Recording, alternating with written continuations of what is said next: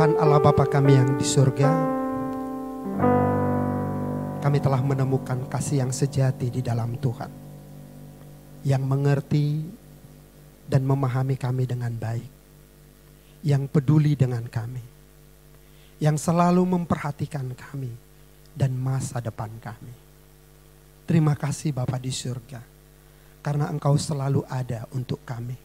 Bahkan di tengah-tengah kesulitan yang kami hadapi, Tuhan selalu ada untuk kami. Terima kasih Bapa di surga. Saat ini hamba-Mu akan memperdengarkan kebenaran firman-Mu. Hamba-Mu mohon Engkau urapi seluruh jemaat Tuhan yang saat ini mengikuti ibadah di rumah mereka masing-masing.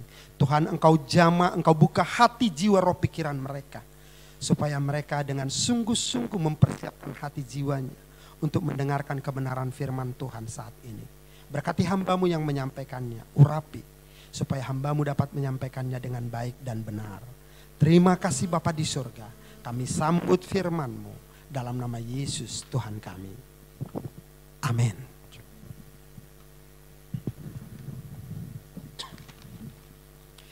Shalom. Jemaat yang dikasihi oleh Tuhan Yesus Kristus. Ya, firman Tuhan yang menjadi renungan kita pada hari ini yang terambil dari kitab 1 Samuel 30 ayat 1 sampai ayat yang ke-6.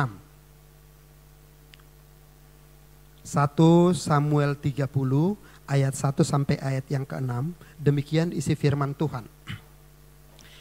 Ziklag terbakar, pembalasan Daud kepada orang Amalek.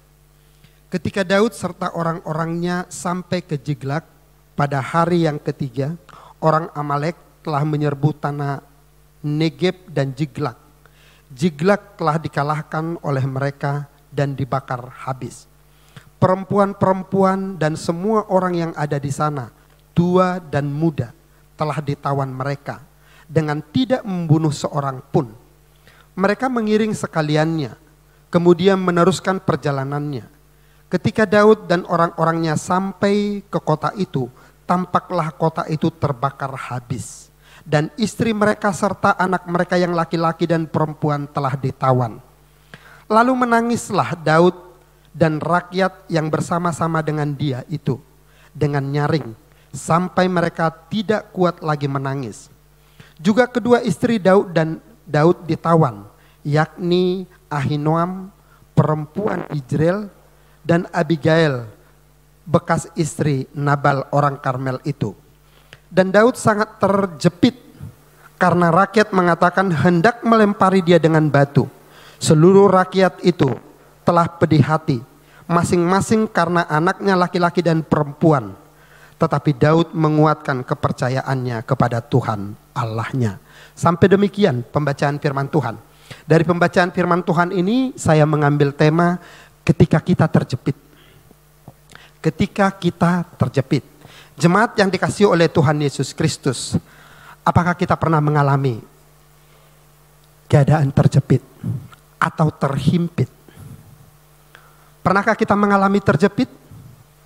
Ya, terjepit dalam masalah rumah tangga, sakit penyakit, atau dalam masalah pekerjaan, atau bisnis, atau finansial, dan lain segala macam. Ya. Pernahkah kita mengalaminya? Jemaat yang dikasihi Tuhan, sekarang ini banyak orang ketika mereka terjepit atau terhimpit, seringkali mereka berusaha mengambil jalan pintas untuk menyelesaikan masalah mereka. Ada juga yang mengambil sikap menyerah atau putus asa terhadap keadaan yang mereka alami. Bahkan ada yang menyalahkan Tuhan, seakan-akan Tuhan tidak peduli kepada masalah yang dihadapi mereka. Ya. Banyak sekarang ini orang ketika mereka terjepit, ketika mereka itu terhimpit, ya, mereka mengambil sikap menyerah, ya, menyerah terhadap masalah. Ada yang putus asa, ya, bahkan ada yang menyalahkan Tuhan, ya, seakan-akan Tuhan tidak peduli terhadap hidup mereka. Tetapi kita sebagai anak-anak Tuhan, ketika kita dalam keadaan terjepit atau terhimpit, apa yang harus kita lakukan? Apa yang harus kita lakukan sebagai anak-anak Tuhan yang percaya, yang beriman kepada Tuhan kita Yesus Kristus? Ya. Mari kita belajar dari firman Tuhan yang baru kita baca ini tadi. Kita mau belajar dari Daud ketika dia terhempit, ya, ketika dia terjepit di dalam masalah yang dihadapi, apa yang dia lakukan. Mari kita belajar dari firman Tuhan ini. Jemaat yang dikasihi oleh Tuhan Yesus Kristus, ketika Daud menghadapi masalah yang sangat besar di dalam hidupnya, di mana wilayah yang dia kuasai, ya, wilayah di mana dia tinggal bersama dengan keluarganya, ya, saat itu, ya, dijarah dan dibakar habis kota Ziklag, ya, oleh orang Amalek. Ya. Di situ kita melihat, ya, wilayah Ziklag telah dibakar habis. Istri dan anak-anak mereka ditawan, ya. Istri dan anak-anak yang ada di dalam penduduk itu, ya, mereka semua ditawan, termasuk barang-barangan, ya, mereka itu, ya, semuanya dijarah habis, ya. Bahkan kita melihat di situ, ketika Daud melihat keadaan kota itu telah habis terbakar, ya, dan anak-anak serta istri-istri mereka sudah ditawan, ya. Dan di situ kita melihat rakyat begitu marah dan ingin juga mau melempari Daud dengan batu, karena mereka juga sangat sedih, ya. Daud sebagai pemimpin dia tidak bisa melakukan apa-apa, ya. Tetapi di tengah-tengah keadaan yang seperti itu, di tengah-tengah situasi yang terjepit seperti itu, apa yang dilakukan Daud? Di sini saya melihat ada dua hal penting yang dilakukan Daud. Ya, yang pertama, Daud menguatkan kepercayaannya kepada Allah. Daud mempercayakan hidupnya sepenuhnya kepada Allah di dalam doa. Ya, dari sikapnya ini nampak jelas bahwa hubungan Daud dengan Allah begitu dekat. Bahwa Daud sungguh-sungguh mengenal Allah itu dengan baik. Sehingga dia mempercayakan hidupnya sepenuhnya kepada Allah, ya. Dalam keadaan yang sulit, dalam keadaan yang terjepit, Daud tetap menjadikan Allah menjadi sandaran hidupnya. Yang kedua, Daud meminta Tuhan, ya, menuntun langkahnya, ya. Di sini Daud memberi otoritas penuh, ya, dalam kehidupannya dan setiap langkahnya. Dia tidak berjalan menurut emosinya, tetapi dia tetap memberi tempat bagi Allah untuk mengontrol hidupnya. Ya. Dia meminta petunjuk kepada Allah, apa yang harus dia lakukan, ya, untuk bisa membebaskan istri dan anak-anak mereka. Ya. Dia memohon petunjuk dari Allah, dan kita melihat, kalau kita membaca ayat selanjutnya, yang akhirnya Allah memberi petunjuk kepadanya, supaya Daud mempersiapkan dirinya dengan para tentaranya dan mengejar orang Amalek itu dan membebaskan, ya, keluarga mereka, termasuk barang-barangan kambing domba yang sudah mereka jarah, ya, untuk direbut kembali. Tetapi kita melihat setelah Daud bersama dengan para tentaranya itu mengejar orang Amalek itu, akhirnya mereka dapat menuntaskan, ya, mereka membunuh mereka dan membawa pulang semua anak-anak dan istri-istri mereka yang sudah ditawan, termasuk kambing domba yang telah mereka jarah. Ya. Inilah upah dari orang-orang yang beriman dan bersandar kepada Tuhan. Ya. Inilah upah orang-orang yang setia, yang mempercayakan hidupnya masalahnya kepada Tuhan. Ya. Hal ini juga yang dialami oleh Sadrak, Mesak, dan Abednego. Kalau kita membaca di dalam Daniel 3 ayat 13 sampai 18, ya. Ketika mereka dalam keadaan terjepit, apa yang dilakukan mereka? Kita melihat, ya, bahwa Raja Nebukadnezar telah memerintahkan supaya seluruh masyarakat, seluruh penduduk ya menyembah patung Raja Nebukadnezar.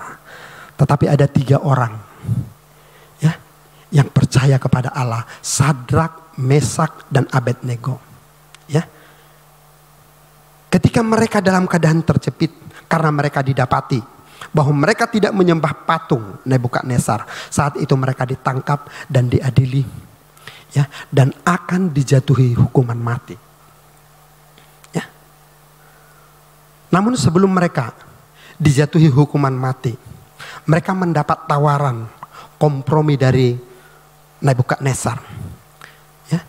Apabila mereka mau sujud menyembah patungnya dan berkomitmen untuk tetap menyembah patungnya, mereka akan selamat dari hukuman mati. Ya, tetapi jika mereka tidak mau menyembah patungnya, mereka akan mendapat hukuman mati. Tetapi apa keputusan Sadrak, Mesak, dan Abednego? Ya, mereka tetap tidak mau menyembah patung Raja Nebukadnezar. Mereka hanya mau menyembah Allah. Bagi mereka ada mujizat dari Allah atau tidak ada mujizat, mereka tetap tidak mau menyembah patung Nebukadnezar. Mereka akan tetap memuji dan memuliakan Allah yang mereka kenal, yang mereka percayai, yang mereka yakini Allah yang maha besar akan menolong dan menyelamatkan mereka. Ya. Lalu mereka dijatuhi hukuman mati, ya, dengan masukkan mereka ke perapian yang menyala-nyala. Tetapi kita melihat, ya, mereka sama sekali tidak terbakar ketika mereka berada di dalam perapian yang menyala-nyala itu. Tidak ada sehelai rambut pun, tidak ada sedikit pun dari dagingnya itu yang terbakar. Ini adalah mujizat Tuhan yang sungguh luar biasa. Ya, inilah upah orang-orang yang setia, yang selalu bersandar kepada Tuhan.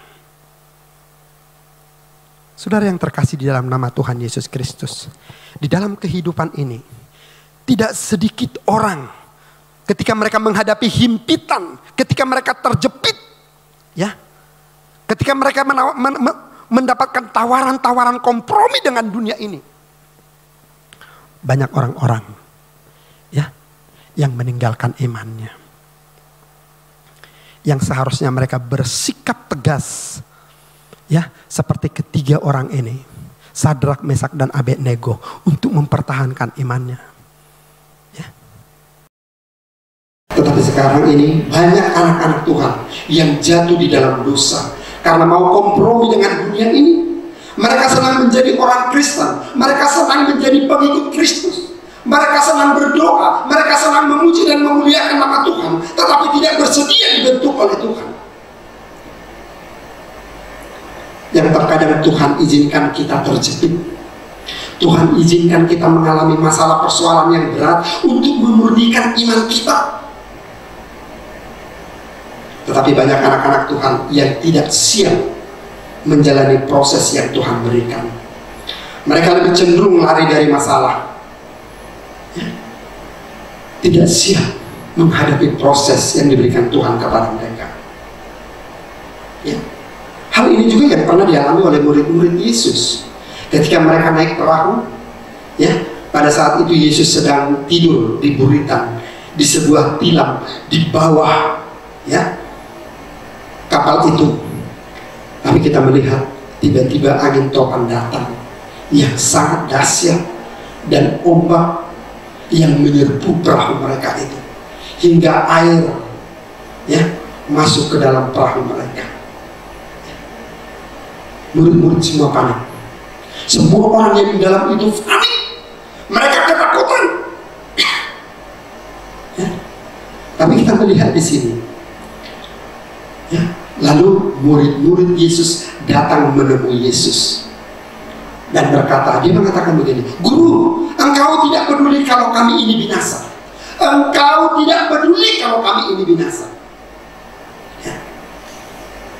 Saat itu murid-murid dalam keadaan terjepit, ya, mereka bersikap menyalahkan Tuhan, seakan-akan Tuhan tidak peduli dengan kondisi yang mereka alami.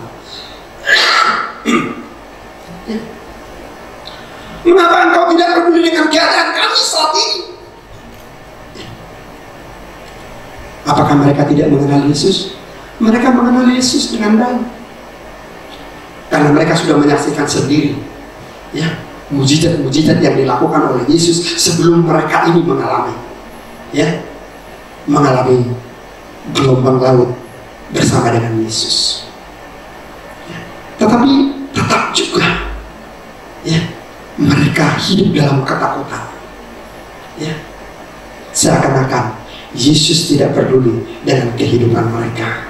Kita pun sering bersikap seperti murid-murid Yesus, ya. Kita lebih cenderung menyalahkan orang lain daripada introspeksi diri. Bahkan kita sering menyalahkan Tuhan dan memandang Tuhan tidak peduli dengan kehidupan kita, ya. Saudara yang terkasih di dalam nama Tuhan Yesus Kristus,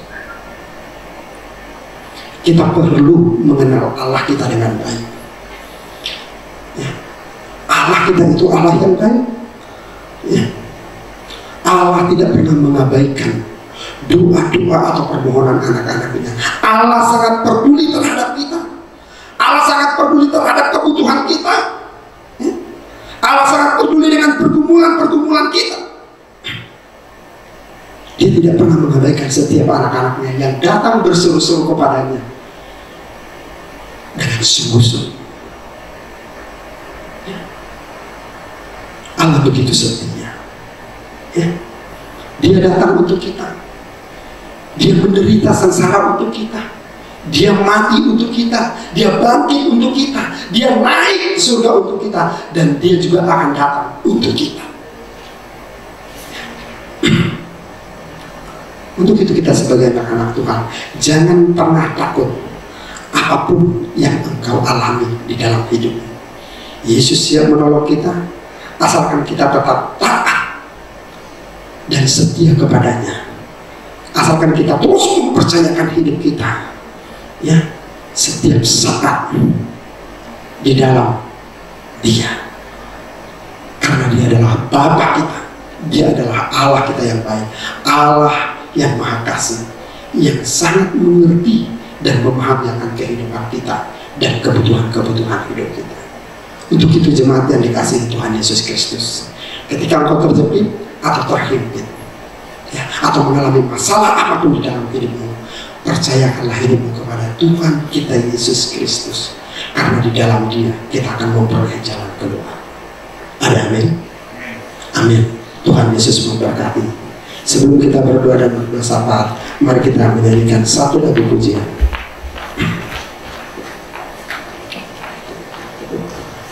Hati sebagai hamba, hamba yang selalu memohon kepada Tuhannya, yang selalu bersandar kepada Tuhannya.